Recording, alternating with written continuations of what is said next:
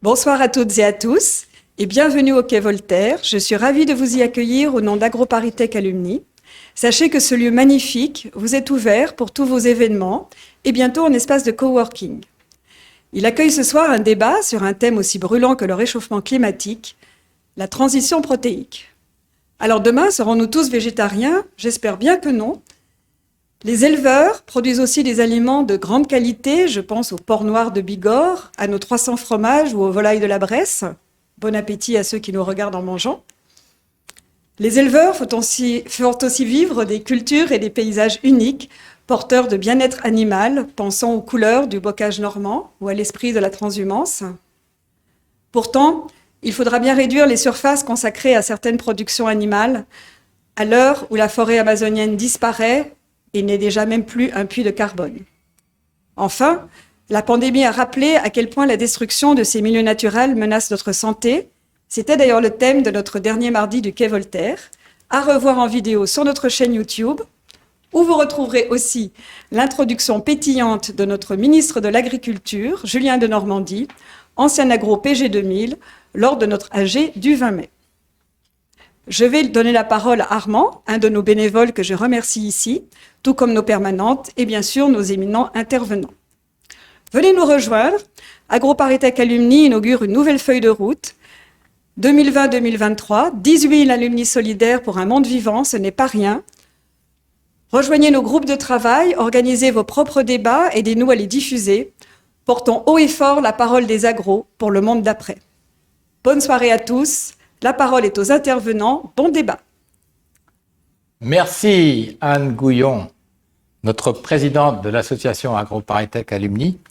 Je propose donc d'introduire le thème de ce soir, donc la transition protéique, en rappelant avec les statistiques les 4 enjeux.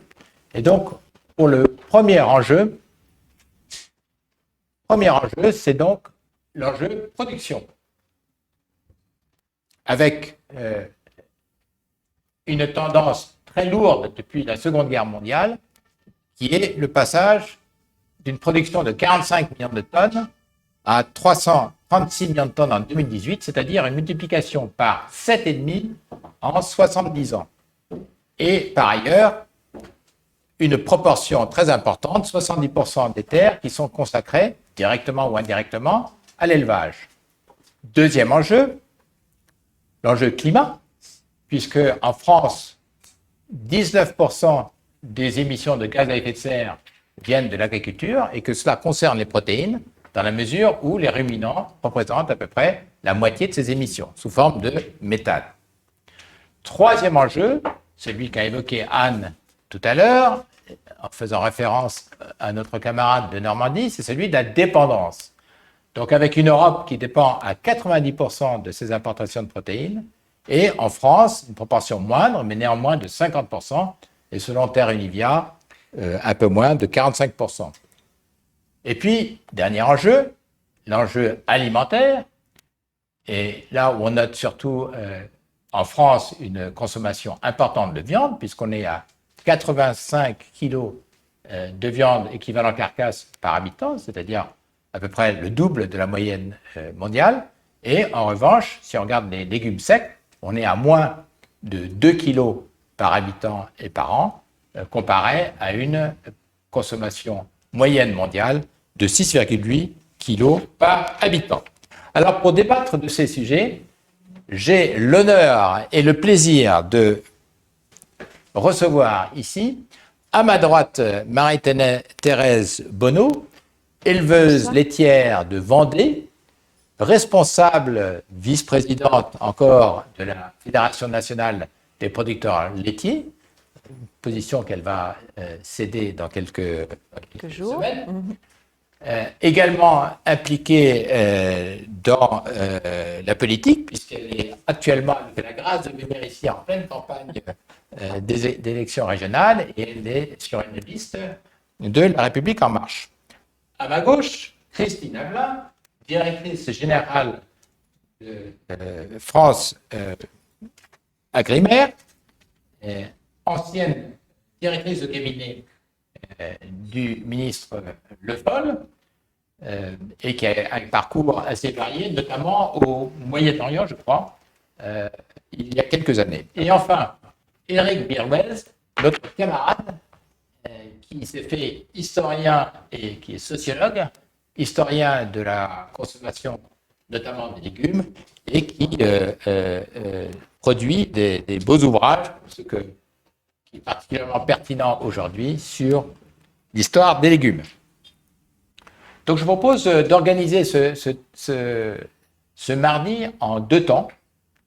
Nous allons faire 2 tours de table. Un premier qui traitera plutôt les questions du présent et un deuxième plutôt sur les questions d'avenir. Je passerai la parole à chacune et à chacun qui aura un temps libre pour parler de 5 minutes environ. Moi-même, je me réserverai donc le rôle de gérer le temps, éventuellement de vous poser des questions pour approfondir des points ou pour vous relancer. Thomas Claire, notre jeune camarade, et Marc Lessort prendront les questions qui seront recueillies sur le système écrit. Et au terme de chaque tour de table, il y aura une séance de questions-réponses où donc Thomas et Marc poseront les questions qui leur paraîtront les plus pertinentes. Voilà, donc sans plus attendre, eh bien, entamons le premier tour de table. Marie-Thérèse, je propose de commencer par vous.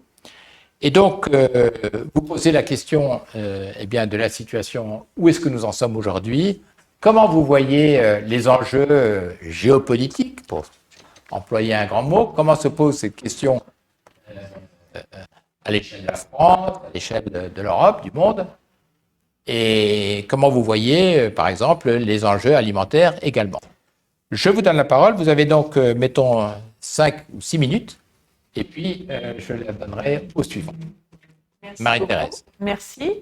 Bonsoir à tous. La position de l'élevage français est particulière déjà en France. On a un intérêt à regarder la variété qu'il y a des systèmes d'exploitation et des systèmes de production en France au niveau des bovins. Mais il y a aussi la place particulière de la France en Europe et dans le monde. Et je vais juste vous décrire un peu comment je vois cette situation particulière. C'est en premier lieu par le fait que la France a une place différente dans le sens où c'est un grand pays en termes de superficie, avec des situations climatiques différentes, donc avec des adaptations au climat qui sont forcément différentes et variées.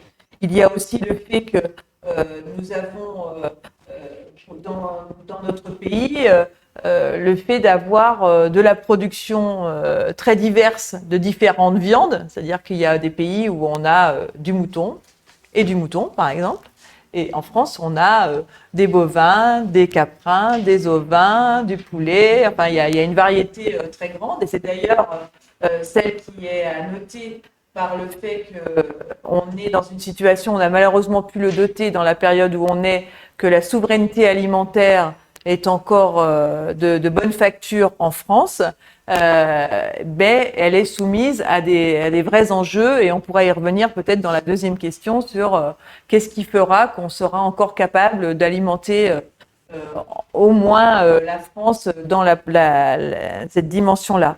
Et puis, peut-être une notion un peu plus spatiale sur le fait que la France est une terre de prairies. Il y a la moitié de la surface agricole qui est aujourd'hui composée de prairies.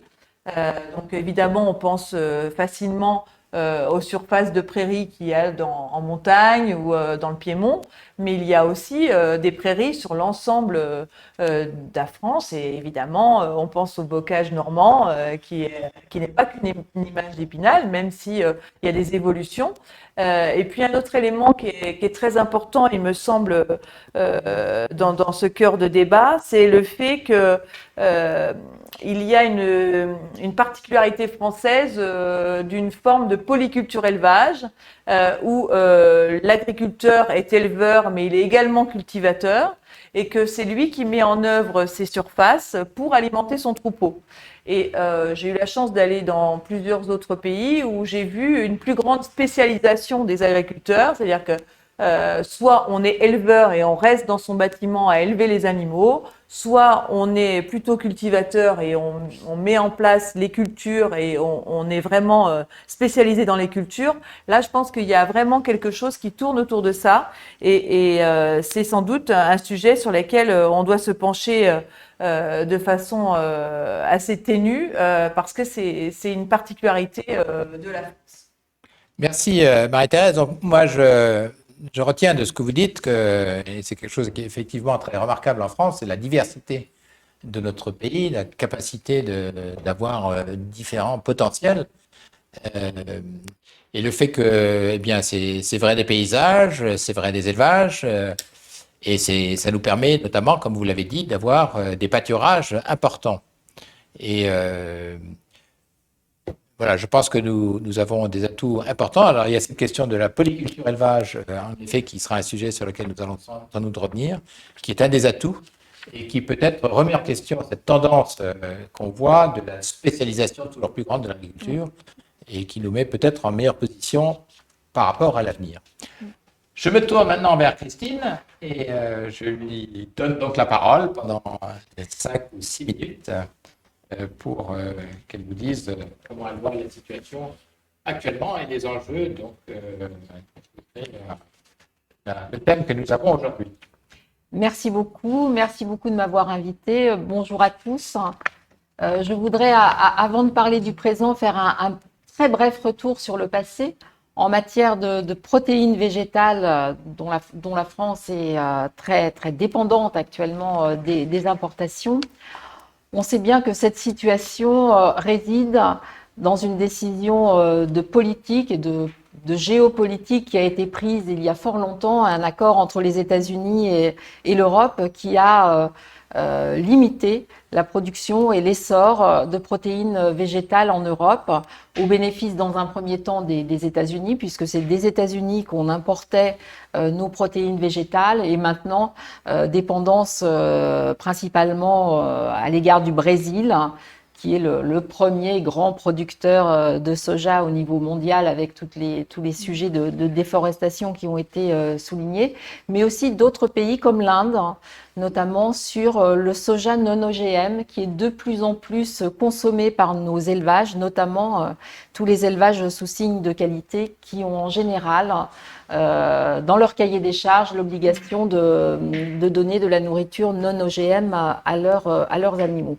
Donc une situation qui dérive d'une décision politique ancienne, qui s'est un peu améliorée. En tout cas, notre dépendance s'est réduite avec le développement dans les années 90 des biocarburants, puisque l'un des sous-produits de l'huile de colza, c'est le tourteau de colza, qui est lui aussi une matière protéique qui est utilisée en alimentation animale. Donc une situation avec une forte dépendance, malgré tout, toujours une forte dépendance qui est plus marquée dans certaines productions, les bovins laits, la volaille, que ce soit pour les volailles de chair ou pour la production d'œufs, et dans une moindre mesure pour le porc et les autres animaux d'élevage ou les bovins viande. Cette situation de dépendance fait depuis assez longtemps l'objet de l'attention des politiques publiques, avec divers essais au cours des 10 ou 15 dernières années de redonner de l'essor aux protéines végétales, politiques qui ont été couronnées d'un assez faible succès quand on regarde les surfaces et la production, pour diverses raisons, des raisons de rentabilité comparative, notamment face aux céréales, mais aussi des raisons qui tiennent à la recherche et au développement, et notamment à peu de recherche variétale, et du coup, par conséquent, une rentabilité qui n'était pas là pour les producteurs. C'est ce qui a conduit le président de la République, le gouvernement, le ministre de l'Agriculture à décider la mise en place d'un plan protéines végétales qui a trois axes majeurs. Trois objectifs majeurs. Le premier, c'est réduire la dépendance, notamment vis-à-vis de l'importation des tourteaux de soja. Le deuxième point, c'est améliorer l'autonomie alimentaire des élevages, ce dont Marie-Thérèse parlait tout à l'heure, parce que effectivement, dans les protéines végétales, il n'y a pas que les protéines cultivées, mais il y a également les prairies et puis également les plantes fourragères de manière générale. Et le troisième axe, de développer la consommation alimentaire de légumes secs par les ménages français, parce que nous sommes un pays très peu consommateur de légumes secs et un pays fort consommateur toujours de viande, même si, mais on sera certainement amené à détailler un peu plus ce sujet-là, la consommation de viande évolue dans notre pays. Merci Christine. Donc, merci de nous rappeler effectivement les causes historiques de notre dépendance en protéines, d'évoquer ce changement avec le développement de la production au Brésil et les conséquences sur la forêt. Vous avez aussi évoqué ce point des aliments sans OGM qui prennent pas mal d'importance, notamment dans des pays voisins. Voilà, donc je pense qu'avec ce que vous nous rappelez et l'effort que fait la France, qui pose un petit peu des questions, puisque ça fait quand même quelques années qu'on essaye de mettre en œuvre ce plan protéines avec des succès très relatifs.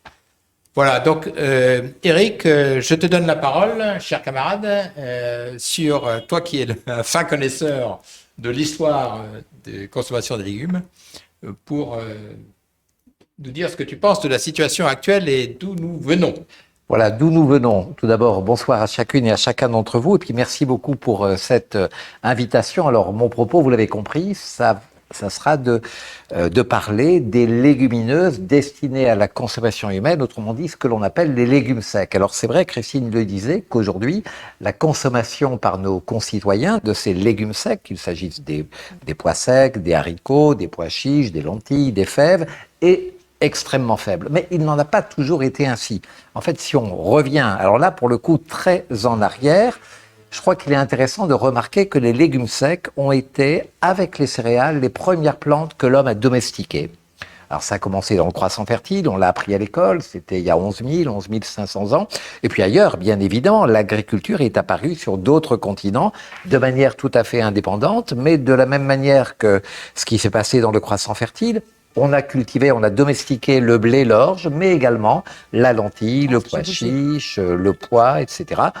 En Amérique, on a domestiqué le haricot en même temps qu'on domestiquait le maïs, ou un tout petit peu après, le riz en Asie et le soja, etc. Donc des plantes qui ont été, dès le début, considérées comme absolument vitales par nos ancêtres du néolithique. Donc, le soja c'est un asiatique. point.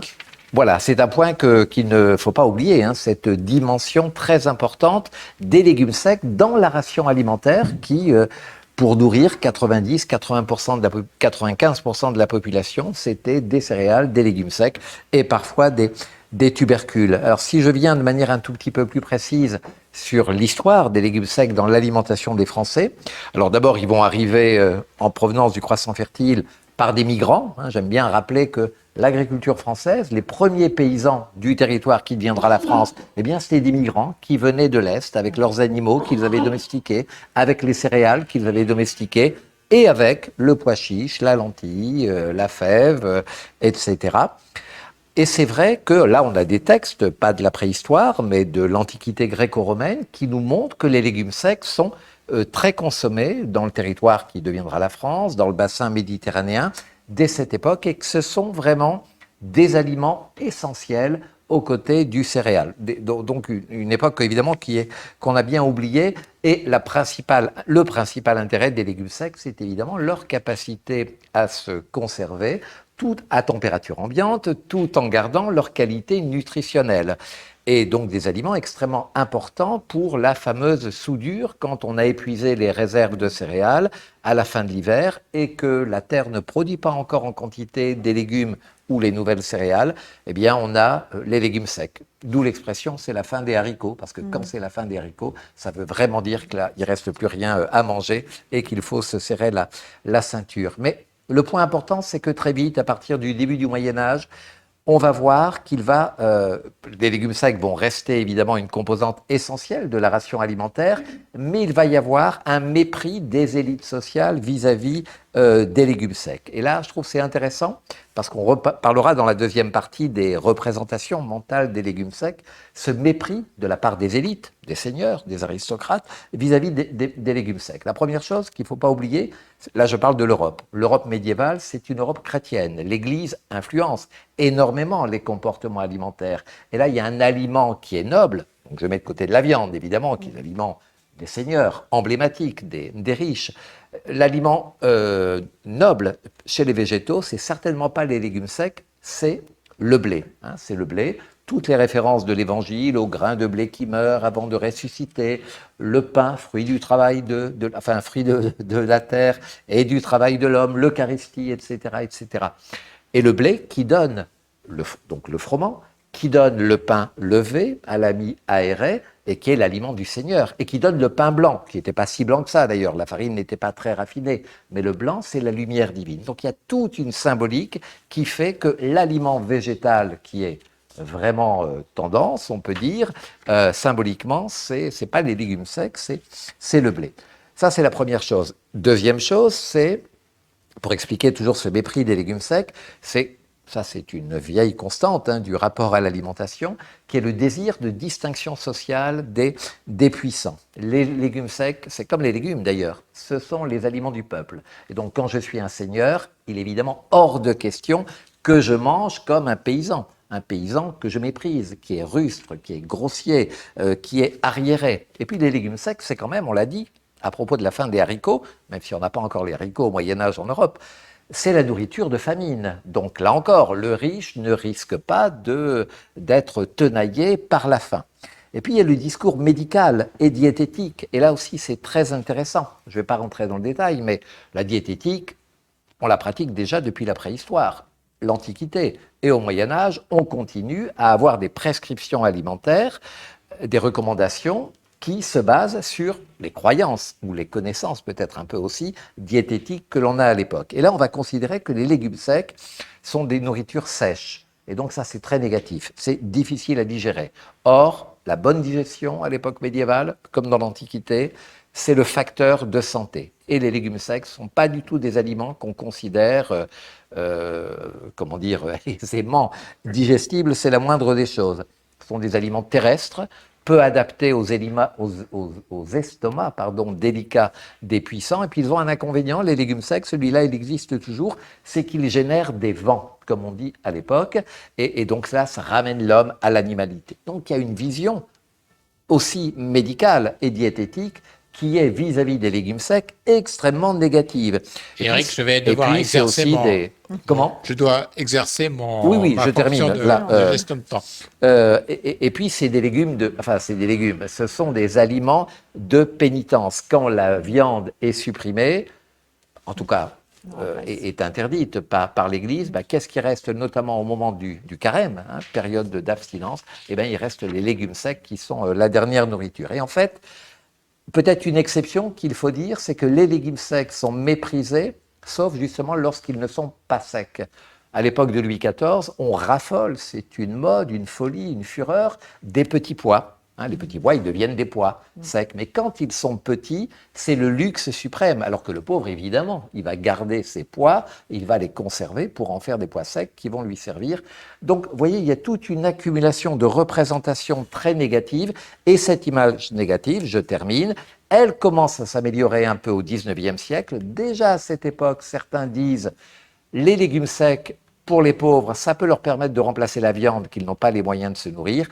Et puis, plus récemment, avec la diète méditerranéenne, avec le PNNS, avec les produits de terroir dans les années 90, je pense à la Mogette de Vendée, par Merci. exemple, avec Thérèse, eh bien, ça commence à avoir le vent en poupe.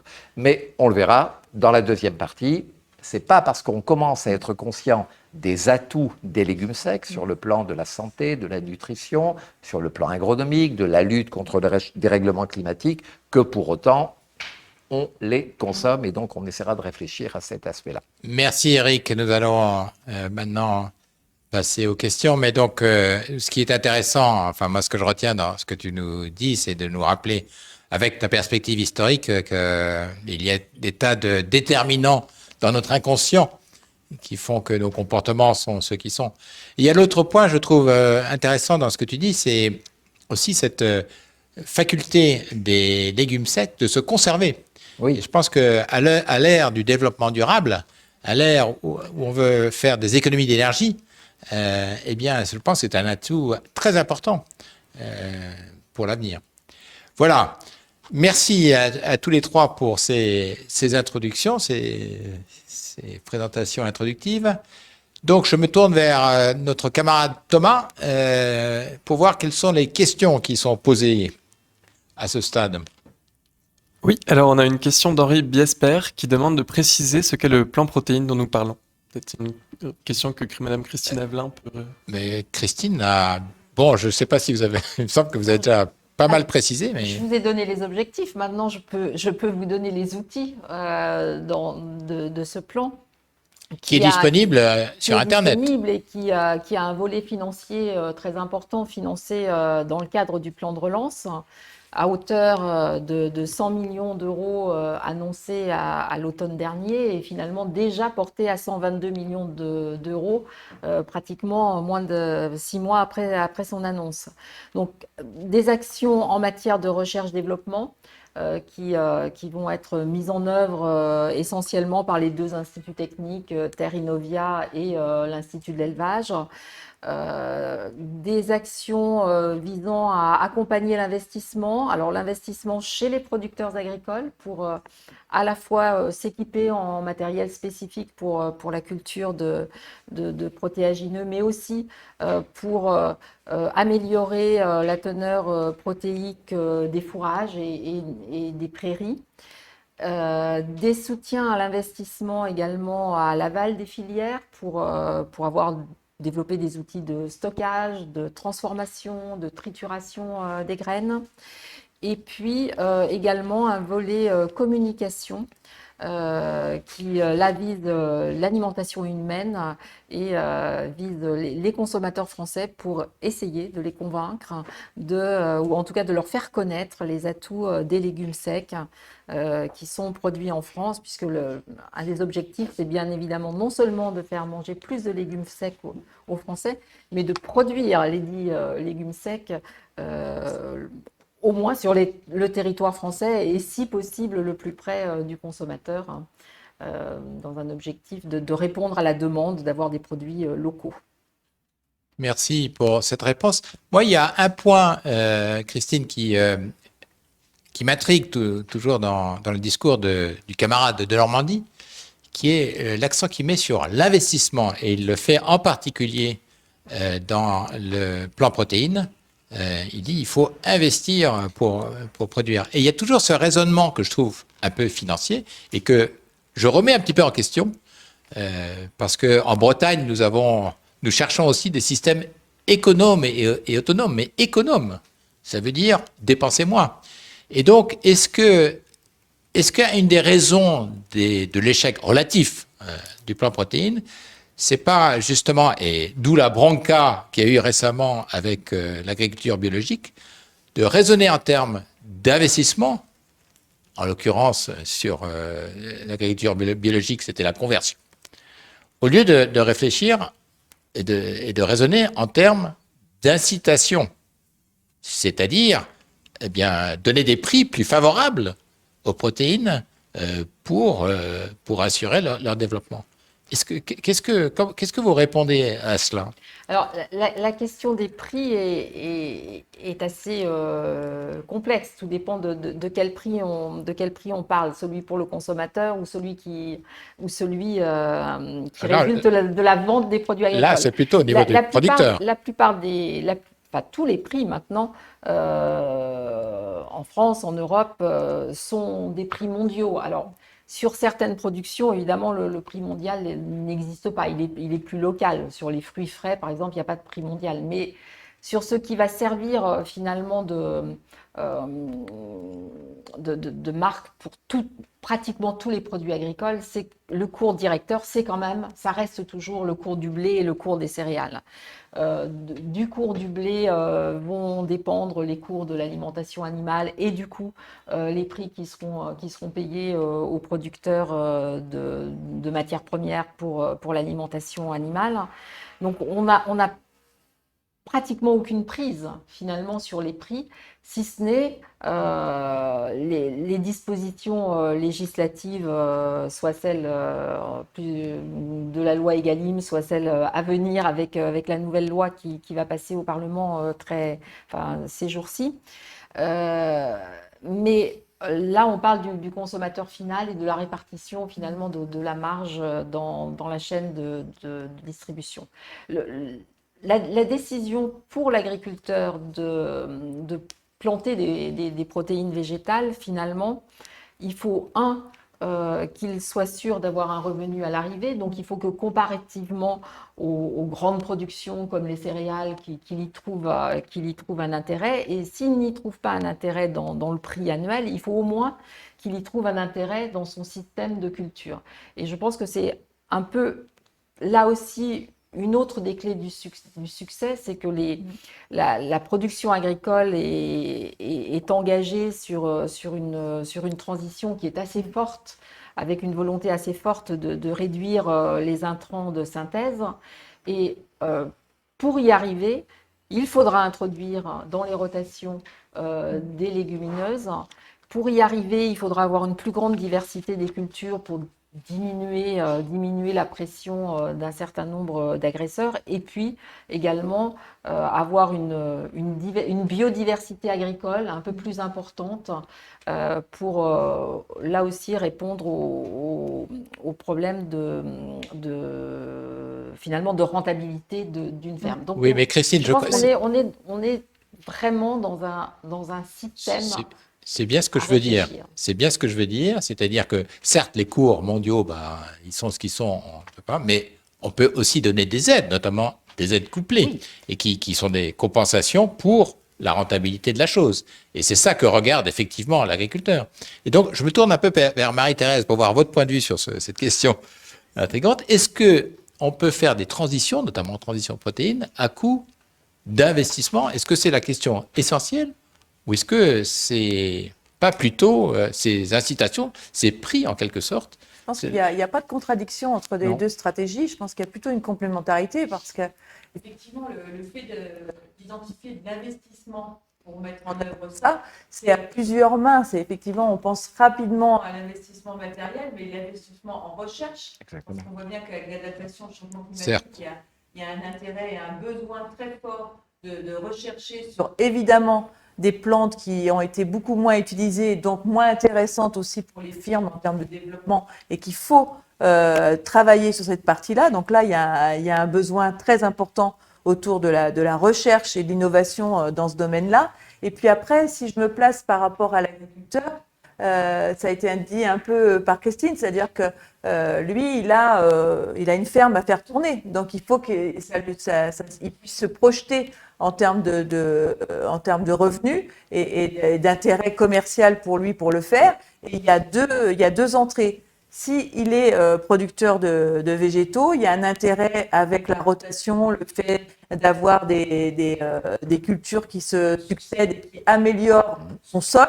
Donc là, il y a un chantier autour de la vie du sol et là, il est vraiment dans son rôle d'agriculteur sur l'agronomie et c'est intéressant de lui amener cette rotation-là. Et puis, il y a aussi la dimension contractuelle, c'est-à-dire que si on arrive à définir et à caractériser le fait que faire de la protéine en France puisse être valorisé dans la chaîne de valeur derrière, soit par des animaux, soit par le consommateur final en disant on va proposer au consommateur le fait de pouvoir consommer, par exemple, des légumes secs, où on voit aujourd'hui ce qui se passe avec la lentille, c'est-à-dire que On peut manger plein de lentilles, sauf que la lentille, en fait, elle vient du Canada. Mais très franchement, est-ce que c'est ça l'objectif? L'objectif, c'est la souveraineté sur la lentille, sur la France. Et ça veut dire que le producteur français de lentilles, on lui donne la possibilité d'avoir une visibilité sur le fait qu'il fasse de la lentille et qu'il puisse avoir un prix qui corresponde à son coût de production. Donc là, ça, c'est très important. Si je prends l'exemple aujourd'hui de la prairie, parce que bon, moi, je suis très attachée en tant qu'éleveur à cette donnée-là, il y a aussi beaucoup de recherches à faire et il y a beaucoup aussi d'intérêt à avoir des cultures fourragères de protéines. Et donc, je pense que ça peut être exactement la même chose. Donc, il y a un besoin effectivement d'investissement en production, en recherche, mais il y a aussi la part du marché. Et qu'effectivement, tant qu'on continuera à dire, parce qu'il y a peut-être aussi cet élément-là qui a pénalisé les plans protéines précédents, c'est que on fait tous ces éléments-là et en même temps, on ne protège pas. Alors, quand je dis protège, ça ne veut pas dire qu'on veut se fermer, mais qu'on fasse des clauses miroirs. C'est-à-dire que dans le même temps qu'on a la possibilité de faire de la protéine pour alimenter nos animaux et dire on a l'autonomie totale, eh ben, on conclut des contrats avec le CETA, on conclut des contrats dans le Mercosur. Donc, ces clauses miroirs qui sont des clauses qui obligent les exportateurs à d'avoir avoir les mêmes conditions. C'est ça. Et voilà, donc c'est un élément très important. Très bien. Bon, donc on est d'accord et je vous suis assez, toutes les deux d'ailleurs, sur le fait que il faut qu'il y ait une rentabilité pour produire, pour l'agriculteur. Et que je vous suis tout à fait, Marie-Thérèse, sur le fait que s'il y a un investissement à faire, c'est bien dans la recherche. Est-ce que nous avons encore le temps d'une autre question? Est-ce qu'on peut se tourner vers Thomas? Oui, alors on a Régis Masset qui nous demande si l'industrie alimentaire a-t-elle des pistes pour valoriser les légumes secs tant sur le plan gustatif que sur le plan digestion? Et Marine nous demande si on a des éléments sur la perception sociale des légumes secs aujourd'hui. Ça, c'est une Oui, question enfin, pour c'est Eric. des choses effectivement qui sont très importantes, mais on peut déjà commencer à y répondre. Évidemment, un des enjeux, c'est l'acceptabilité des légumes secs. Alors, on verra qu'il faut agir au niveau des représentations, qui sont quand même encore beaucoup négatives. Et puis, finalement, sur ce grand moteur du comportement alimentaire, qui est le plaisir. C'est-à-dire, beaucoup de gens vous disent dans les enquêtes, les légumes secs, finalement, c'est fade, c'est pas terrible, une fois de temps en temps, mais pas plus. Donc, c'est une dimension importante à prendre en compte. Et bien sûr, la praticité, parce qu'il ne faut pas rêver. On a des modes de vie, des rythmes de vie qui sont des rythmes de vie et qui font que les consommateurs d'aujourd'hui cherchent des aliments et des produits alimentaires qui peuvent être relativement rapidement préparés. Et ça, c'est pas un mince enjeu. Il y a sans doute aussi un enjeu particulier pour la France, qui a une réputation culinaire, Oui. gastronomique, de développer en effet Oui, ce moi je goût. crois qu'il y a beaucoup de leviers sur lesquels on peut agir et justement, moi je crois beaucoup à l'idée d'apporter effectivement de la connaissance sur les intérêts, les atouts des légumes secs à tous les niveaux, pas seulement le plaisir, pas seulement nutritionnel, et puis raconter aussi l'histoire des produits. Moi je vois de plus en plus de personnes qui sont sensibles à cette dimension terroir et qui peuvent redécouvrir le haricot tarbais, la mochette de Vendée encore une fois, Merci deux fois. les lentilles du Puy, etc. Parce que derrière, il y a une culture, il y a une histoire que l'on peut raconter et qui, à mon avis, fait partie aussi de l'intérêt qu'on peut trouver à un produit. On n'est pas que, je crois que tu le disais, Armand, on n'est pas que des mangeurs rationnels, on est aussi des mangeurs émotionnels, affectifs, et se raccrocher à une histoire, à une culture alimentaire, c'est quelque chose qui peut contribuer à rendre plus attractifs, enfin je crois, les légumes secs. Sans te flatter, Eric, je suis tout à fait d'accord que l'histoire est valorisante. Quelle est la différence? Qu'est-ce qui fait qu'un meuble copié ou un meuble ancien a une valeur différente? C'est son histoire. C'est son histoire, l'authenticité. Donc l'histoire est valorisante. Oui, oui. Et donc je pense qu'effectivement, sur des aliments comme ça, il y a intérêt à valoriser. Il y a des choses à raconter. Ça Tout fait à fait. 7000 ans qu'on consomme des légumes secs en France, quand même. Nous avons le temps d'une troisième question. Thomas? Oui, on a Valentine Barillet qui nous demande un état des lieux sur la dynamique protéine animale-végétale dans la restauration collective. Une question qui nous amène sur le sujet de l'alimentation hors foyer, cantine, restaurant d'entreprise. État des lieux sur la consommation dans les restaurants collectifs. Sur la dynamique protéine animale ou végétale. Qui est-ce qui veut répondre là-dessus? Peut-être Christine, oui. Je peux m'y essayer. Alors, ce sont des circuits de consommation qui sont très difficiles à étudier. Autant la consommation dans la grande distribution est facile à étudier parce que vous avez un ticket de caisse à la sortie et il suffit d'aller regarder ligne par ligne le ticket de caisse. Dans la restauration collective, c'est beaucoup plus compliqué. Ce qui est certain, c'est que dans la restauration collective type restaurant d'entreprise, il y a certainement une décision politique qui devrait conduire à augmenter la part des légumes secs, c'est la décision qui porte sur l'augmentation l'obligation d'incorporer plus de produits bio, plus de produits sous signe de qualité. Et les protéines animales sous signe de qualité, elles sont quand même beaucoup plus chères que les protéines végétales. Donc, théoriquement, si cette politique réussit, il devrait y avoir un rééquilibrage et on devrait voir une augmentation des protéines végétales en alimentation humaine dans la restauration collective, dans la restauration d'entreprise, qu'elle soit publique ou privée. Dans la restauration commerciale, donc les restaurants que nous fréquentons tous, là, je pense que ce sera plus compliqué, d'autant que dans la restauration commerciale, il y a une part encore plus importante que dans la consommation au foyer, où la viande représente certainement une part plus importante et est en croissance, alors que la consommation à domicile des Français, la consommation de viande à domicile est en baisse. Donc dans la restauration collective, certainement des marges de manœuvre, avec un petit bémol quand même, c'est que la restauration collective est en train de perdre des parts de marché dans la restauration hors foyer, avec le développement de tout ce qui est vente à emporter. Alors pas seulement le fast-food, mais aussi le sandwich acheté à la boulangerie, le sandwich acheté chez un grand distributeur, etc., qui sont des modes de consommation qui se développent énormément. Merci. S'il n'y a pas d'autres remarques sur ces questions, on prend encore une question. Allons-y, Thomas. Alors, on a Marc Sorin qui aimerait bien que l'on aborde le sujet de la consommation des insectes dans certaines civilisations, sujet dont on parle de plus en plus comme étant un avenir en Europe. Oui. Alors, Eric, Oui, peut-être. c'est vrai que voilà, il n'y a pas de débat sur l'alimentation du futur sans qu'on ne parle pas effectivement des insectes. Il y a un gros frein quand même qui est, en tout cas pour nous les Européens, pour la France, pour l'Amérique du Nord également, qui est tout bêtement l'acceptabilité culturelle des insectes. Alors bien sûr, les insectes sont biologiquement mangeables. Enfin, il y a peut-être des insectes qu'il vaut mieux pas consommer, mais je crois qu'une très grande majorité des espèces d'insectes sont comestibles. Mais tout ce qui est biologiquement mangeable n'est pas forcément culturellement mangeable. Donc, on a quelque chose qui est très important. Dans notre répertoire alimentaire, en France et en Europe, les insectes, ça n'a jamais fait partie. Alors qu'ailleurs, ça en fait partie, sont des friandises, c'est comme ça qu'on les trouve sur les marchés en Asie, par exemple, et sur beaucoup d'autres, et sur les autres continents.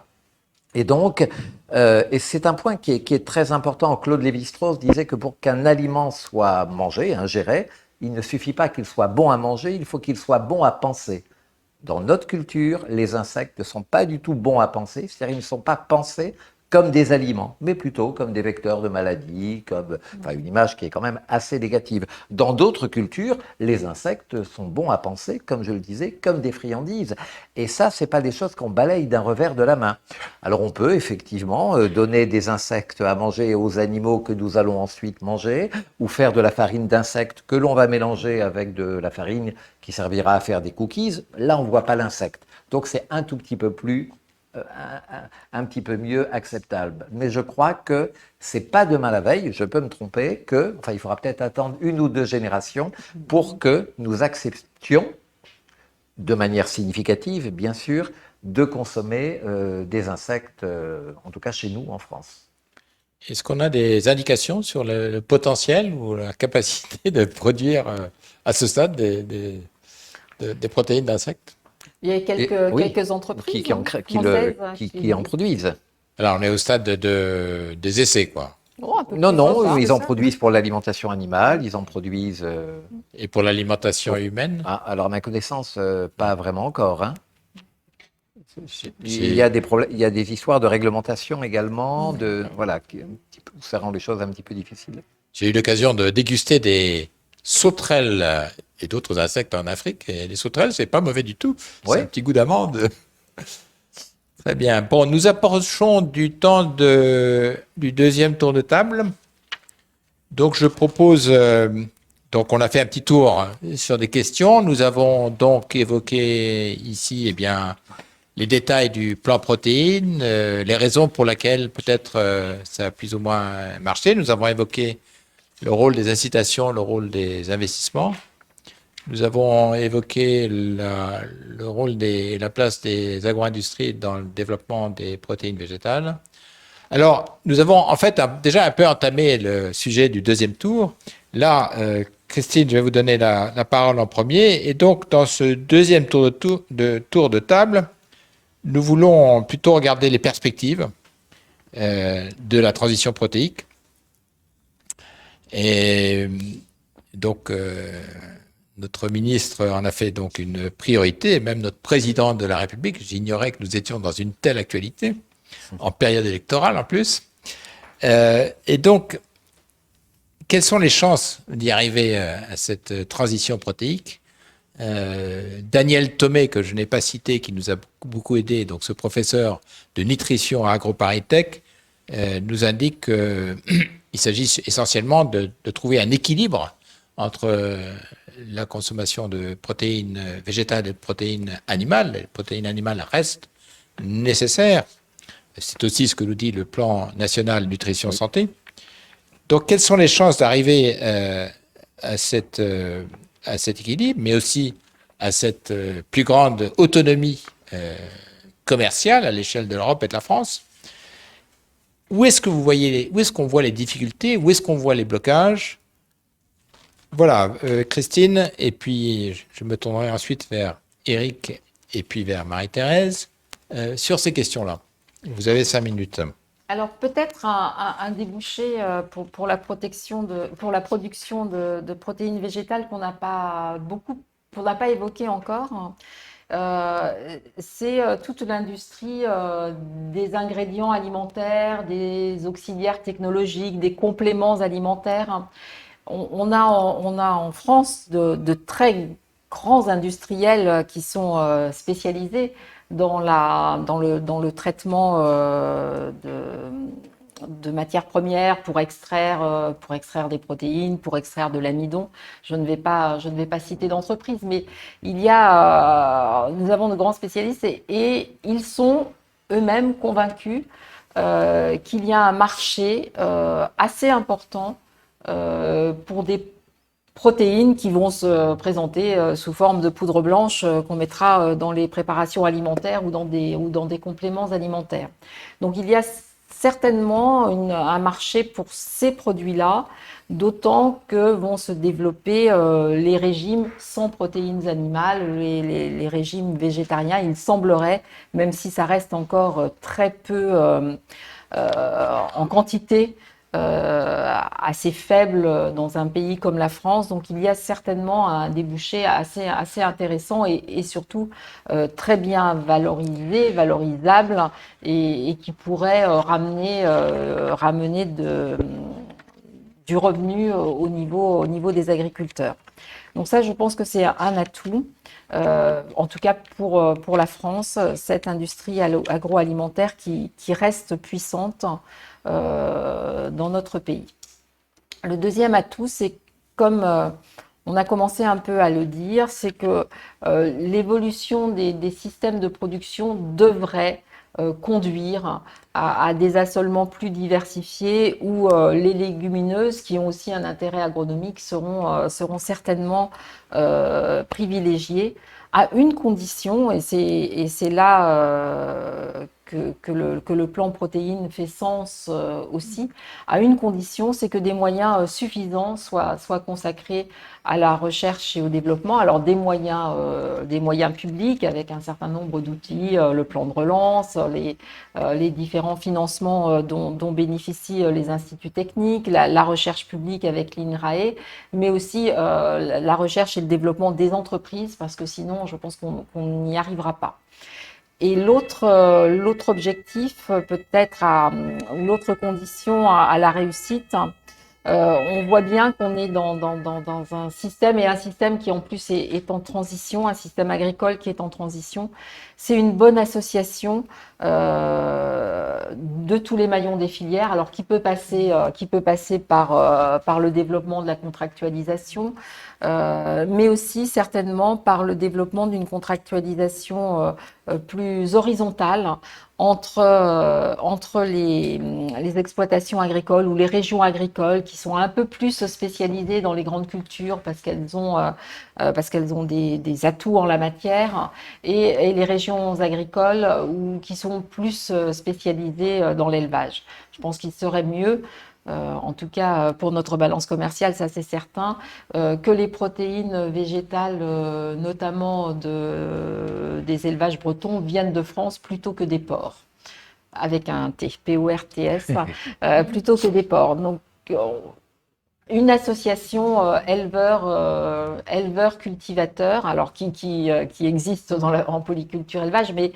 il reste malgré tout des régions françaises où l'élevage a quasiment disparu, et il est souvent assez compliqué de faire revenir l'élevage dans une région parce qu'on ne trouve plus d'éleveurs prêts à s'installer, et puis parce qu'il n'y a plus non plus les infrastructures de la chaîne alimentaire.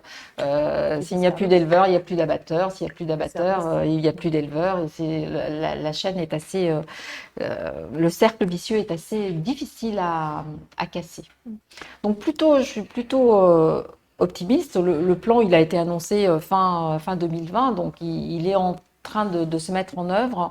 En tout cas, pour ce qui est des appels à projets qui ont ouvert au titre du plan de relance, on peut dire qu'il y a un très fort succès, à la fois pour les investissements dans les exploitations agricoles, mais aussi pour les outils qui visent plutôt à aider toute une chaîne avec différents maillons de filière. Et puis les conventions qui ont été conclues avec les instituts techniques l'ont été en tout début d'année 2021, donc il est un peu tôt pour avoir du recul, mais en tout cas, tous les atouts sont réunis pour que ce plan réussisse. Merci Christine. Donc, vous avez cité 3 aspects. La demande qui viendrait de l'industrie agroalimentaire pour des protéines végétales, les atouts des légumineuses dans les rotations, et de là le besoin de recherche pour cet aspect de combinaison de légumineuses dans les systèmes actuels.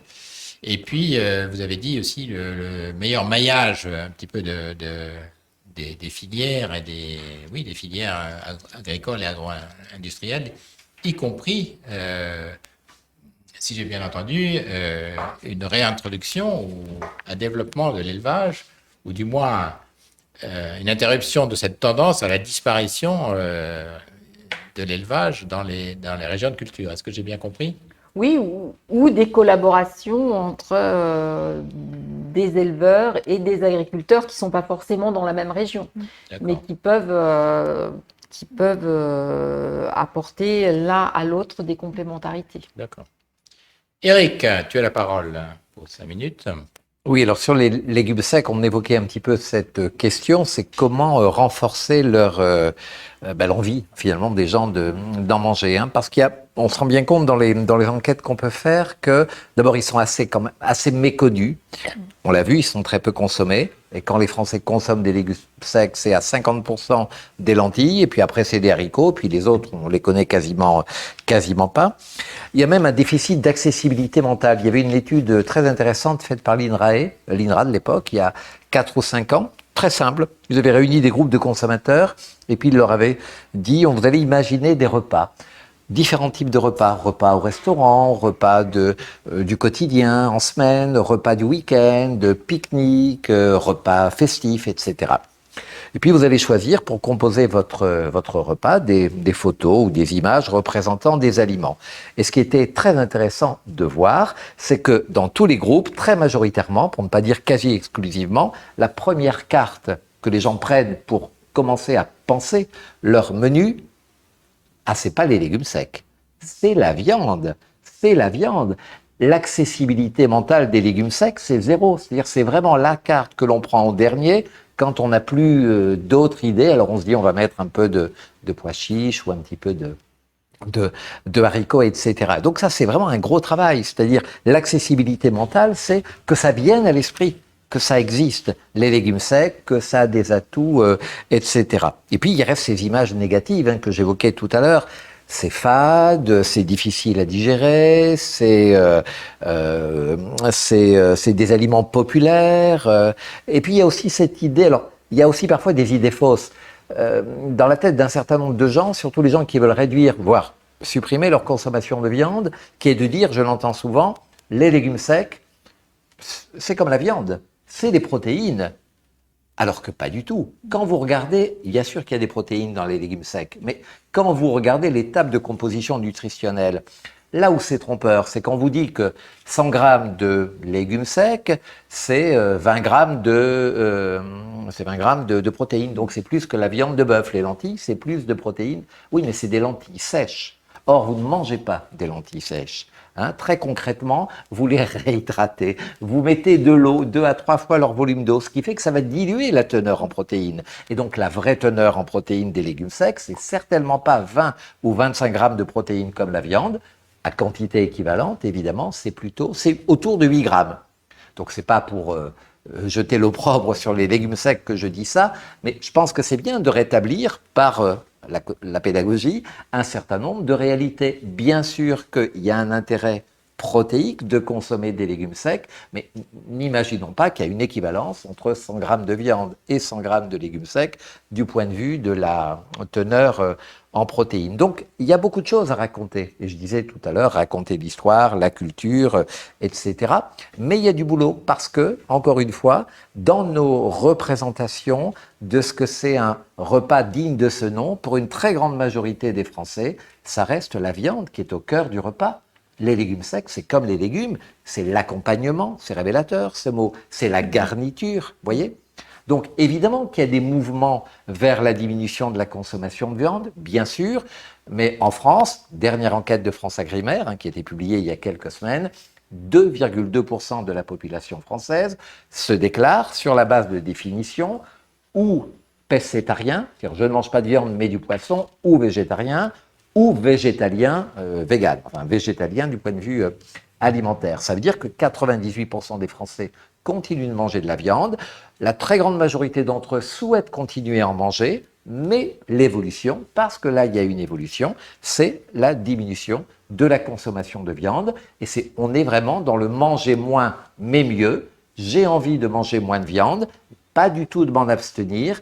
Par contre, à budget constant, ce qui est un point évidemment très intéressant, à budget constant, sans dépenser plus, je peux acheter une viande de meilleure qualité, la qualité ayant des définitions évidemment variables selon les personnes, mais aujourd'hui, c'est les préoccupations de respect de l'environnement, de bien-être animal, de viande locale, etc., etc. Donc, il y a du boulot à faire pour promouvoir les légumes secs. Et voilà, je terminerai en disant que les changements, ils ne se font pas à l'échelle de l'individu. Pour changer nos comportements alimentaires qui sont ancrés depuis notre petite enfance, il faut vraiment qu'il se passe quelque chose. Il faut une rupture. Il faut l'arrivée du premier enfant. Ça, on sait que c'est des changements d'alimentation à ce moment-là. Il faut parfois quitter la ville pour aller vivre à la campagne. Et là, on va manger différemment. Mais sinon, c'est au niveau d'une génération que ça change. Il y a des individus qui évoluent dans leur comportement alimentaire, mais si on veut vraiment un changement significatif au niveau de l'ensemble de la population, eh ben il va falloir du temps pour ça. Alors autant commencer maintenant, effectivement, à promouvoir les légumes secs, parce que je pense que c'est évidemment intéressant de les promouvoir, de l'information, de l'accompagnement, très concret, très pratique, des recettes, des ateliers cuisine, des visites, emmener des adultes et des enfants, rendre visite à des producteurs locaux de légumes secs, comme on disait tout à l'heure. Donc il y a évidemment beaucoup de choses à faire, mais tout en étant humble et modeste, c'est-à-dire en sachant qu'on ne va pas révolutionner du jour au lendemain cette consommation de légumes secs qui est extrêmement faible aujourd'hui en France. qui pourrait augmenter, mais je pense qu'il faut être réaliste dans les perspectives d'augmentation. Ce qui ne veut pas dire évidemment qu'il ne faut rien faire. Merci Eric. Donc merci de ces rappels qui sont dans la ligne de ce que nous disions au début. Ce besoin tu parlais d'accessibilité mentale. Oui, En faisant oui parce que référence financière, c'est pas cher. Donc ça, au moins, c'est l'avantage. aux anthropologues et aux moyens pratiques qu'il va falloir mettre en œuvre sur le long terme pour changer des habitudes qui sont ancrées effectivement dans notre histoire et quasiment dans nos gènes. Et le besoin de connaître, effectivement, d'avoir les informations sur la réalité des ingrédients en protéines, notamment, sans doute de la qualité des protéines dans les différents mets. Bon, Marie-Thérèse, votre tour, qu'est-ce que vous pouvez nous dire là en quelques minutes Alors, en sur quelques les minutes, perspectives effectivement, moi je pense qu'il n'y a pas à trancher entre les protéines animales et les protéines végétales. Je pense qu'il y a vraiment une complémentarité et une réconciliation à faire. Et je veux pouvoir dire aussi que la grande majorité de l'alimentation des bovins est faite à base de cellulose qui n'est pas utilisable, enfin pas consommable en l'état par l'homme. Donc la compétition qu'on met très souvent en avant entre la protéine animale et la protéine végétale, elle ne repose pas que sur des réalités. Donc moi je pense qu'il faut vraiment rétablir ça et je vous appelle d'ailleurs à suivre les travaux qu'a fait Anne Mottet à la FAO sur effectivement rétablir la vraie place, je dirais, du poids de l'élevage dans le réchauffement climatique. Et quelque part aussi, elle met en avant que on doit pouvoir justement faire des transitions pour que ça soit plutôt un schéma de solution pour l'adaptation au changement climatique, parce qu'il ne faut pas perdre de vue que toutes les surfaces qu'on a aujourd'hui donc en prairie, elles sont aussi la source de biodiversité, la source de beaucoup d'éléments paysagers. On en faisait état tout à l'heure aussi avec les haies et qui sont des auxiliaires très importants dans le cadre de la rotation des cultures et justement de tout ce qu'on doit apprendre autour de ça. Et puis il y a une notion qui est importante aussi sur l'adaptation au changement climatique et sur ce qu'on voit, c'est que dans le cadre de la stratégie bas carbone, les stockages, les puits de carbone sont quand même les prairies et donc il faut pouvoir continuer à pouvoir travailler là-dessus.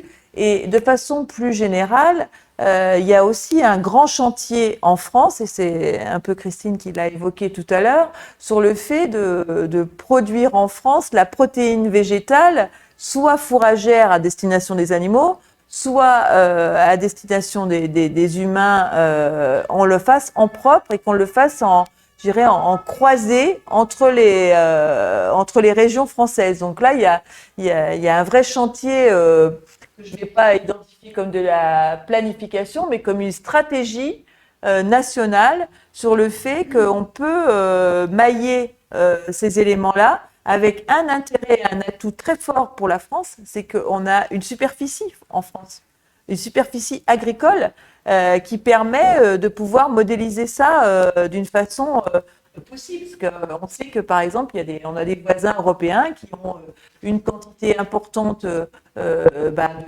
montagnes ou de forêts qui sont présentes et la surface utile n'est pas forcément de dimension à pouvoir projeter ce genre de choses. Et effectivement, ce sera peut-être comme ça qu'on pourra aussi, je dirais, plutôt restaurer le fait qu'il y a une complémentarité entre les protéines animales et les protéines végétales. Et en tout cas, je pense que c'est un vrai chantier sur lequel on peut travailler. Et je redis ce que j'ai évoqué tout à l'heure, c'est qu'il n'y a pas de difficulté pour les agriculteurs de s'engager là-dedans, mais c'est qu'il faut pouvoir se projeter. C'est-à-dire qu'on ne peut pas dire « vous devez changer ». Et en plus, on nous dit souvent « vous devez changer pendant 3 ans ». Et par contre, vous restez avec des schémas pris au vent des marchés mondiaux. Et ça, par contre, on ne peut rien pour vous. Je pense qu'il y a plutôt, pour ça, il y a un intérêt à pouvoir caractériser, valoriser ce qui peut être fait dans ce cadre-là, et pouvoir aussi un petit peu le valoriser sur les marchés d'une façon différente de ce qui vient de l'extérieur. Et non pas que tout ce qui vient de l'extérieur est mauvais, mais il faut, habituellement, je dis, il faut une clause miroir. C'est-à-dire, il faut vraiment qu'on puisse informer le consommateur sur ce qu'il va pouvoir consommer. Et je pense que je suis sûre même que c'est notre meilleur allié dans ce domaine-là, mais il faut lui donner l'information. Merci Marie-Thérèse. Oui, moi je suis originaire d'un pays d'élevage, donc je partage un petit peu votre sentiment d'injustice à l'égard des ruminants, parce que, et nous l'évoquions tout à l'heure, en préparant le débat, il y a une grande variété dans l'efficience protéique nette, comme on l'appelle, des bovins. Et donc, selon la manière dont l'élevage est pratiqué, eh bien, le bovin, il produit des protéines nettes ou pas. Très efficace, en fait. Et donc, il peut être très efficace et il peut l'être moins. Vous avez également parlé de l'atout que nous avons en France d'avoir des superficies, d'avoir en quelque sorte une versatilité de nos terrains qui peuvent produire une chose ou l'autre, mais qu'il faut mieux organiser ça. Et votre dernier point qui était la question sur laquelle vous revenez, des clauses miroirs, donc d'avoir les Anglais disent avoir un terrain de foot horizontal, c'est-à-dire d'avoir les mêmes chances que ceux qui nous exportent. C'est les fameuses clauses miroirs. Bien, écoutez, nous avons fait le deuxième tour, et donc nous passons aux questions. Thomas, à toi de nous poser les questions. Si tu peux nous parler un petit peu plus fort, parce que j'entends pas très bien tes questions. Oui, nous avons une question de Geneviève de Sainte-Marie qui est tournée vers Éric Birlouez. Vous citez les légumes secs à la base de l'alimentation de nos ancêtres, mais quid de l'homme chasseur? L'alimentation carnée n'est-elle pas inscrite dans la génétique de l'homme? En fait, ce qui s'est passé, c'est qu'au cours des temps préhistoriques, c'est ce que disent les spécialistes, les humains ont consommé, pour tout un tas de raisons, de plus en plus de viande. Ils trouvaient un intérêt, ils avaient une appétence à manger de plus en plus de viande, surtout dans les périodes glaciaires où finalement la viande, l'animal, le gibier, c'est ce qu'on trouve en hiver, quand il n'y a vraiment rien d'autre ou pas grand-chose en termes de végétal. Donc effectivement, au fur et à mesure, on s'est mis à consommer de plus en plus de viande, l'homme s'est organisé pour faire des chasses collectives, etc., etc. Et puis au moment de la domestication des animaux et des végétaux, on s'est rendu compte que la population augmentait parce qu'elle était sédentarisée, que les conditions de vie étaient meilleures quand on vit dans un village, quand on est tous les jours à courir après sa nourriture. Et puis cette population augmentant, il est apparu que les légumes secs et les céréales, c'était ce qu'on pouvait trouver de mieux pour apporter des calories à tout le monde. Et la viande est devenue réservée à une élite. Et donc la viande est devenue effectivement l'aliment du riche, l'aliment emblématique du puissant, jusque le début du XXe siècle. Et surtout à partir pendant les 30 Glorieuses, il y a eu ce que j'appelle cette embellie carnée. C'est-à-dire là, on s'est mis à manger de la viande en France, tout le monde s'est mis à en manger, et souvent chaque jour, et même deux fois par jour. Mais ça n'a pas duré très très longtemps, cette histoire-là, parce que finalement, dès 1980, donc 16 ans avant la première crise de la vache folle, on a commencé à voir une diminution légère, bien sûr, mais une diminution de la consommation de la viande rouge. Donc on est sur cette tendance aujourd'hui, non pas du tout de chute, mais de déclin constant de la consommation de viande, mais qui était montée évidemment à des niveaux très hauts pendant cette période de démocratisation de la viande des 30 Glorieuses que j'ai... Mais Éric, tu dis que c'est une époque révolue, mais... c'est révolu chez nous, mais à l'échelle du monde, ça se reproduit à chaque fois que les revenus augmentent. Ça, c'est une grande loi. Effectivement, là, je parlais de la situation française, mais on sait que les pauvres, quand ils commencent à devenir un peu moins pauvres, sauf certains cas évidemment particuliers, on est végétarien parce que moine bouddhiste, parce que brahmane, etc. Mais dans la plupart des cas, les pauvres, ils n'ont qu'une obsession, manger de la viande comme les riches. Comme ça a été le cas évidemment en France. Mais, donc on a quand même un problème là. Si on veut vaincre la pauvreté, développer les revenus, comment est-ce qu'on va arriver? WWF, Geneviève nous rappelait, Oui, demande 50%, de réduire de 50% la production, la consommation de viande d'ici 2050. Il y a quand même un problème là, par rapport à si on arrive à mais oui. développer le monde, développer entre guillemets. Bien, Termes enfin, oui, d'augmentation de revenus. moi je pense qu'effectivement c'est important de réduire notre consommation de viande, non pas de l'arrêter, ce qui pour moi est une aberration, mais en tout cas de la réduire de manière significative, et puis surtout d'aller, je dirais surtout vers une production qui soit beaucoup plus respectueuse plus respectueuse de la santé, de l'animal, de la planète, etc.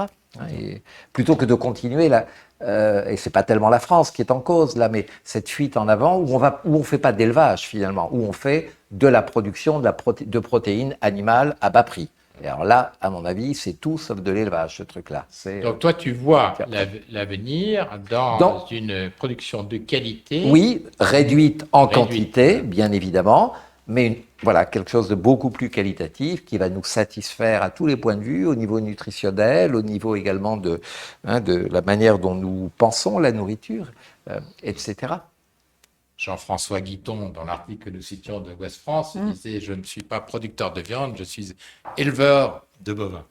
Ouais, mais il y a une vraie différence pour moi entre produire de la protéine à bas coût et élever des animaux pour de la viande, pour du lait, bien évidemment. Sauf que je me permets, c'est que ces deux produits sont de façon identique proposés aux consommateurs sans distinction. Sans distinction, bien sûr. Donc il faudrait quoi alors, Marie-Thérèse? Je pense qu'il faut distinguer auprès du consommateur, distinguer les choses de manière à ce qu'il puisse voir que le produit qui est fait aujourd'hui en France avec aussi les normes sociales qui sont les nôtres, parce qu'il y a aussi tout ce qui va autour du contrat social, c'est-à-dire le fait que nous, on a des règles et on s'en satisfait d'avoir des règles de protection sociale, qu'on a des coûts du travail qui sont un peu différents dans d'autres pays, et que ça puisse être reconnu et que ça puisse être inclus dans le choix du consommateur par rapport à ce qui peut arriver en termes d'importation et qui ne respecte pas d'une part les règles en termes sanitaires, en termes environnementaux et en termes sociaux. C'est ça. Vous en revenez toujours à cette question d'équité. Je m'excuse, mais oui, c'était une marotte chez moi. Excusez, c'est tout à fait. Ça souligne que c'est important, mais sans doute aussi le fait de devoir expliquer, comme le disait Eric pour l'aspect historique, expliquer ce qui fait la qualité d'un produit. Et c'est d'ailleurs facile dans nos systèmes de raconter, de raconter ce qui une se passe, belle histoire. C'est une histoire vraie. Voilà. C'est pas une... Thomas, est-ce que nous pouvons prendre une deuxième question? Oui, on a une question de... Oui, nous avons une question de Julien Gillon qui demande « Pensez-vous que les surfaces mobilisables pour produire des légumineuses suffiront à fournir l'ensemble des protéines végétales essentielles pour l'alimentation humaine ?» Alors, Christine. Alors pour l'instant, on en consomme peu. Donc finalement, je pense qu'on peut répondre oui sans prendre trop de risques, en tout cas à 5, 10 ou 15 ans. Ensuite, de manière générale, certainement oui. C'est-à-dire que la France, si on regarde ses productions végétales, est quand même un très gros exportateur, puisque nous exportons 50% des céréales que nous produisons. Nous exportons une part importante du lait que nous produisons. 40%. Donc nous avons un pays qui a de grandes surfaces arables, comme le disait Marie-Thérèse, qui a aussi beaucoup de prairies permanentes. Donc je pense que oui, nous pourrions le faire. Est-ce que nous le ferons? Ce n'est peut-être pas forcément non plus un objectif absolu de produire tout ce que nous mangeons dans chaque catégorie. Parce que n'oublions pas que nous sommes un grand pays exportateur de produits agricoles bruts, mais aussi de produits agroalimentaires, et que ça fait ça prend part, on va dire, au rayonnement de la France et au rayonnement aussi du modèle alimentaire que nous essayons de défendre. Donc nous pourrions, est-ce souhaitable? À 100% peut-être pas. Est-ce que Marie-Thérèse ou Eric, vous avez des choses à ajouter? Non, moi, Non, je ne dirais pas effectivement, mieux. c'est ce que j'aurais Je n'en dirais répondu pas pour mieux. ma- Moi, je pense que la réponse à la question, c'est oui. Et je rappelle la statistique que nous avons évoquée dans l'enjeu de production au début, que 70% actuellement des superficies agricoles sont destinées à l'élevage. Donc il y a de la marge quand même.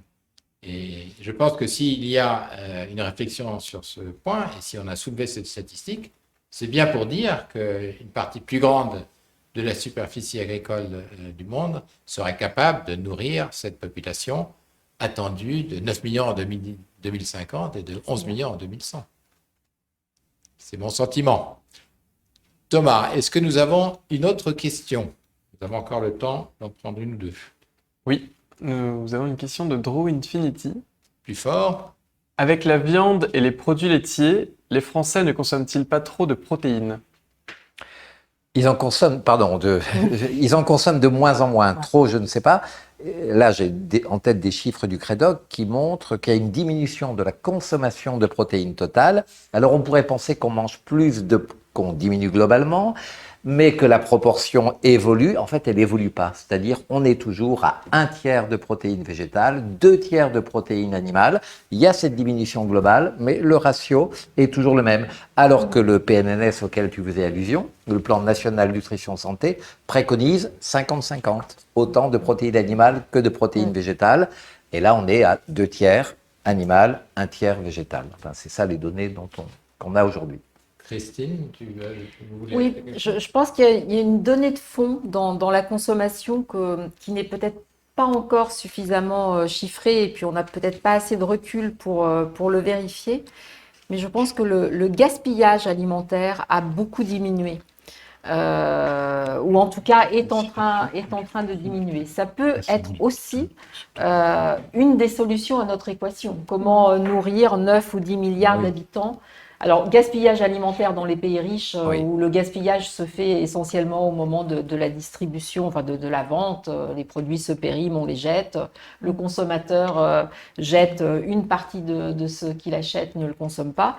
Et puis, gaspillage dans les pays plus pauvres, faute d'infrastructures de c'est plutôt des stockage pertes. et d'achat. Enfin, c'est plus des pertes d'ailleurs que du gaspillage. Mais le résultat est le même, c'est-à-dire qu'on produit un tas de calories qui ne sont jamais consommées par le consommateur.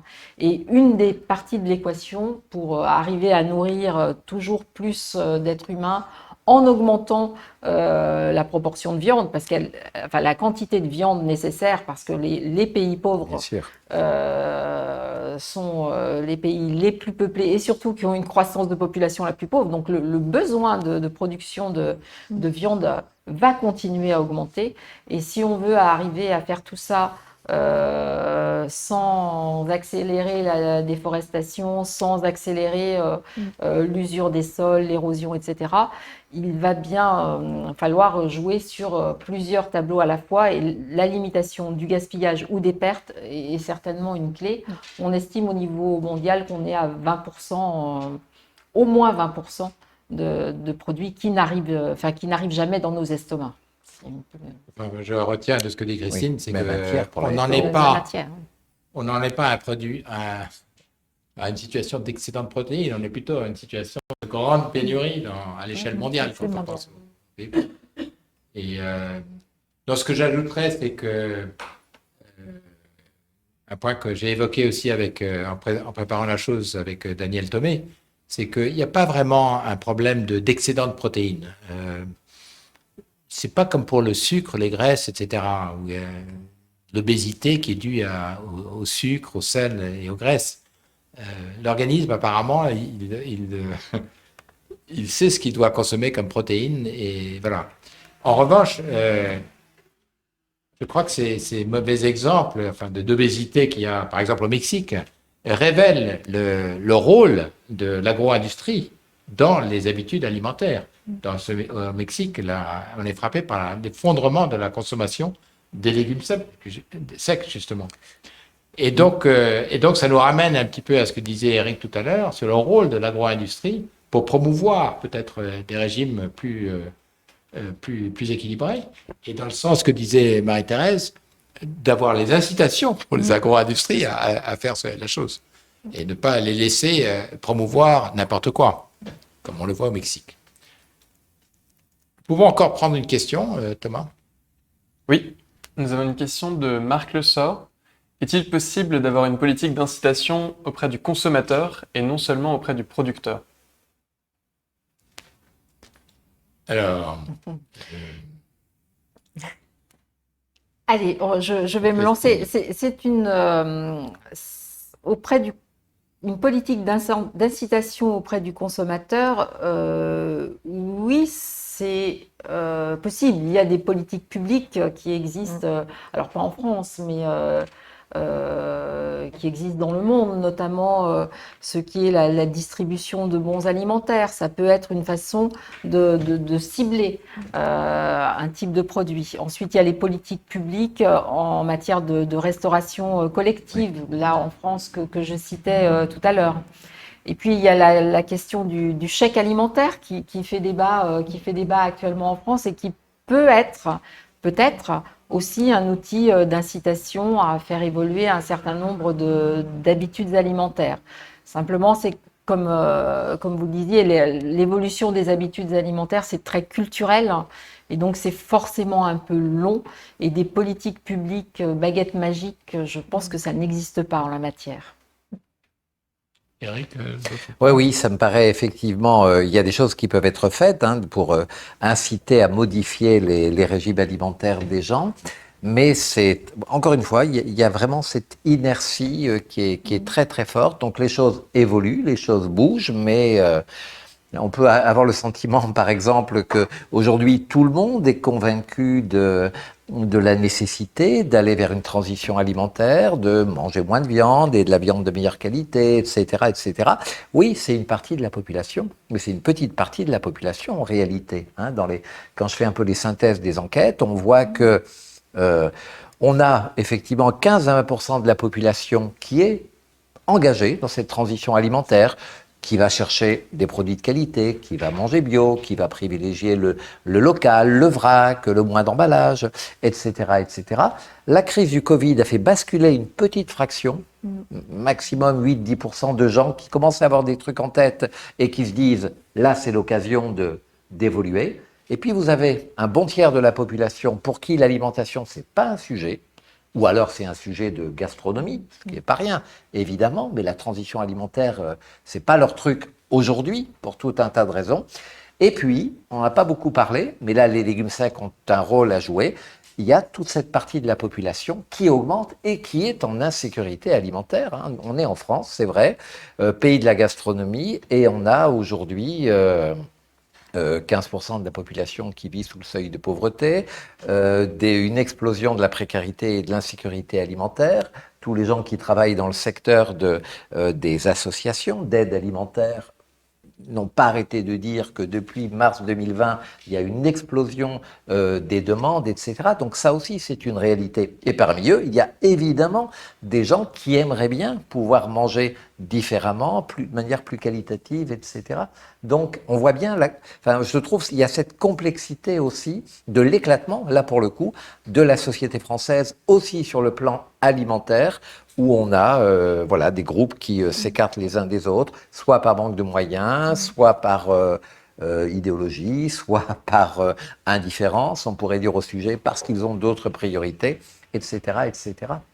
Donc il faudrait être très fin là dans les mesures incitatives pour faire changer les choses, compte tenu de cette complexité. Oui, peut-être pour rappuyer sur ce qui vient d'être dit, nous on regarde avec intérêt la dimension du chèque alimentaire parce qu'elle permet de restaurer, je dirais, une certaine noblesse à la matière première et aux produits alimentaires. Et justement, les sortir de la banalisation de dire ça serait gratuit, que ça serait encore trop cher. Parce qu'il y a quand même un peu cette dimension de sur-marketing autour du fait qu'on peut avoir 3, 4 produits pour le prix d'un, et en fait, on perd complètement la Oui. notion de ce qu'est la valeur du produit et la valeur de l'alimentation. Et donc ça, c'est important. Mais où je rejoins Christine et Eric, c'est sur le fait que ça n'est pas suffisant tout seul, parce qu'il y a aussi la notion de cuisine quelque part, parce qu'à partir du moment où on voit bien quand on part d'un produit brut, et c'est pas du tout une critique, c'est juste une réalité. Si vous avez dans votre colis alimentaire des lentilles et puis vous avez juste un micro-ondes pour les cuisiner, vous êtes dans l'impasse, quoi. Hein. Donc ça veut dire qu'il y a toute une notion de long terme sur la réappropriation de comment on cuisine, comment on met les aliments les uns avec les autres, comment on réutilise le reste, enfin des choses qui parfois nous semblent évidentes parce qu'on les a héritées de la culture familiale, Oui. et le fait d'avoir eu une période de déstructuration des repas et pas d'avoir eu la transmission culinaire, ça a un peu disparu, et très franchement, je pense qu'il y a un vrai chantier d'éducation autour de ça qui prendra au moins une génération, mais ça ne veut pas dire pour ça qu'il ne faille pas le commencer. Donc, Juste un petit mot, si je peux me permettre, c'est très court. Moi, j'ai été frappé de voir que beaucoup de gens disent dans les images négatives vis-à-vis des légumes secs, mais vous vous rendez compte, il faut les mettre à tremper pendant la nuit. Donc, qu'est-ce que c'est long? Mais vous n'êtes pas obligé de les regarder toute la nuit. Mais c'est quand même intéressant. Ça veut dire qu'on est dans une société où on a du mal à anticiper. C'est-à-dire, si demain je veux faire, alors pas des lentilles, là il n'y a pas besoin, mais des haricots ou des mojettes de Vendée, je pense qu'il faut les faire. Troisième fois. Eh bien, il faut que j'y pense à l'avance. Ça me prendra pas beaucoup de temps de les mettre dans l'eau froide pendant une nuit, mais il faut juste que j'anticipe. Et ça, c'est une chose qu'on fait de moins en moins, puisqu'on est, c'est banal de le dire, dans une société de l'immédiateté, du tout de suite. Tout à fait. Voilà, eh bien, nous sommes arrivés à peu près au moment de notre conclusion. Merci Thomas pour ces questions. Je retiens de ce deuxième tour de table que les choses n'évolueront pas lentement, qu'il faut rééduquer une population, qu'il faut même changer la manière dont on vit. Marie-Thérèse évoquait notre civilisation du micro-ondes et toi de l'immédiateté. Christine nous a rappelé les perspectives que présente ce plan protéines qui, d'après elle, ne sont pas mauvaises. Et nous avons vu que notre pays a quand même des atouts très importants pour, en tout cas, sinon réussir à avancer dans cette transition protéique. Alors, je vais vous donner l'occasion de dire un mot de conclusion, si vous voulez. Eric, je commencerai par toi, puisque tu as été toujours le dernier servi.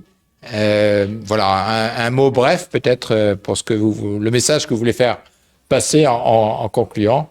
Donc, Eric, on commence par toi, et puis Marie-Thérèse. Oui, je vais répéter ce que j'ai dit peut-être, mais ça me tient à cœur. Je crois qu'effectivement, l'alimentation doit être comprise comme quelque chose évidemment de complexe, mais dans sa globalité. C'est-à-dire, on ne peut pas se centrer uniquement, même si c'est très important, sur la dimension santé, nutrition de l'alimentation. On ne peut pas uniquement être centré sur la dimension protection de la planète. Évidemment, tout ça sont des choses hyper importantes, ou bien-être animal. Il y a ça, mais l'alimentation, c'est aussi, on a parlé du plaisir, de la convivialité, de la gastronomie, c'est aussi de l'affectif, c'est aussi des nourritures d'enfance. Enfin, il y a vraiment quelque chose à retravailler, une chose à laquelle je suis très sensible, mais vous l'avez dit Marie-Thérèse, puisqu'on parlait du gaspillage alimentaire. Moi, je crois qu'une des raisons profondes du gaspillage alimentaire, à mon avis, il n'y en a qu'une, c'est qu'on n'accorde pas de valeur à l'alimentation. Parce que quelque chose auquel vous accordez de la valeur, évidemment, vous n'allez pas le gaspiller. Donc, il faut redonner à l'alimentation toutes ses valeurs. Sa valeur humaine, sa valeur sociale, sa valeur imaginaire, symbolique. Ça, c'est un vrai chantier. Merci Eric pour ce message existentiel. Marie-Thérèse, le mot que vous voulez qu'on retienne. Bon, je partage évidemment ce qui vient d'être dit, et peut-être de dire que le défi qui est devant nous de pouvoir produire plus de protéines végétales, des des protéines animales aussi en quantité et en qualité en fonction de nos aspirations, eh ben c'est un projet inclusif dans lequel on doit se faire confiance. C'est-à-dire qu'il faut le projeter, de savoir qu'effectivement là aussi on a la question de l'immédiateté, c'est-à-dire qu'on ne peut pas, c'est une trajectoire sur laquelle il faut aller et qu'il faut l'identifier et après il faut mettre en synergie les différents acteurs et les règles du jeu qui permettent d'y aller. Et je pense que si on a ces deux pans-là, c'est-à-dire que si on donne suffisamment le sens de la façon dont on veut organiser l'évolution, la transition, si on veut aller par là, il faut donner le cap et il faut donner les moyens du cap. Je ne sais pas si vous voulez dire une chose qui m'a beaucoup frappé dans ma carrière dans le développement international, c'est qu'il n'y a pas de développement si on n'est pas convaincu soi-même que c'est possible. Oui, et là, ça fait sens à quelque chose que je veux dire aussi, c'est que ça ne fonctionne pas par les injonctions. C'est ça. Ça ne fonctionne Exactement. que par le fait qu'on s'approprie le défi et que on le met en œuvre. C'est quand on a envie de faire quelque chose qu'on le fait le mieux. Et pour en avoir envie, il faut comprendre ce qu'on nous demande et avoir une commande claire et qui soit aussi pas changeante. Ce que les anglophones appellent l'empowerment. Voilà, C'est merci. la situation d'Astérix quand il a bu sa potion. C'est ça. Christine, Mais peut-être en conclusion, pour rebondir sur ce que disait Marie-Thérèse, sur justement cette transition qui doit aller vers quelque chose et qui est partagée par tous, l'idée qu'il faut certainement s'appuyer sur une des grandes forces qui a fait l'agriculture française, qui a fait la réussite de l'agriculture française dans les 40 ou 50 dernières années. C'est la force de l'action collective ou collaborative. Oui. Alors collaborative entre l'élevage et l'agriculture, collaborative entre des agriculteurs d'une région et d'un territoire, mais aussi en collaboration avec l'aval et l'amont des filières, la recherche, le développement et l'expérimentation. Je pense qu'il y a besoin aussi que les acteurs publics de la recherche ou les acteurs professionnels du développement réintègrent peut-être un peu plus les agriculteurs, les éleveurs, parce qu'on voit bien que dans ces nouveaux modèles de production, il n'y aura pas de solution toute faite. Il faudra vraiment s'appuyer sur l'expérience du voisin ou du collègue, pour que sur chaque ferme, sur chaque exploitation, tous les facteurs de production, si on veut parler économie, soient au mieux articulés et donnent le meilleur résultat pour l'agriculteur. Et puis aussi une collaboration qui fait certainement défaut, et plus en France que chez nos voisins, entre la production agricole, la transformation et la distribution de produits. Là, il y a certainement beaucoup d'énergie et de valeur qui se perd dans des combats qui, au final, ne font pas beaucoup de gagnants et font beaucoup de perdants. merci Christine pour cette très belle conclusion sur les vertus de la coopération qui nous rappelle en effet l'époque pionnière d'après la Seconde Guerre mondiale du développement agricole. Voilà, j'ai mal exercé ma fonction puisque nous avons débordé un petit peu sur le temps. C'était donc les mardis du Quai Voltaire consacrés à la transition des protéines. Notre prochain mardi aura lieu le 28 septembre et sera sur le thème des migrations environnementales. Merci, merci à nos invités, merci à tous ceux qui ont préparé ce mardi et à la prochaine.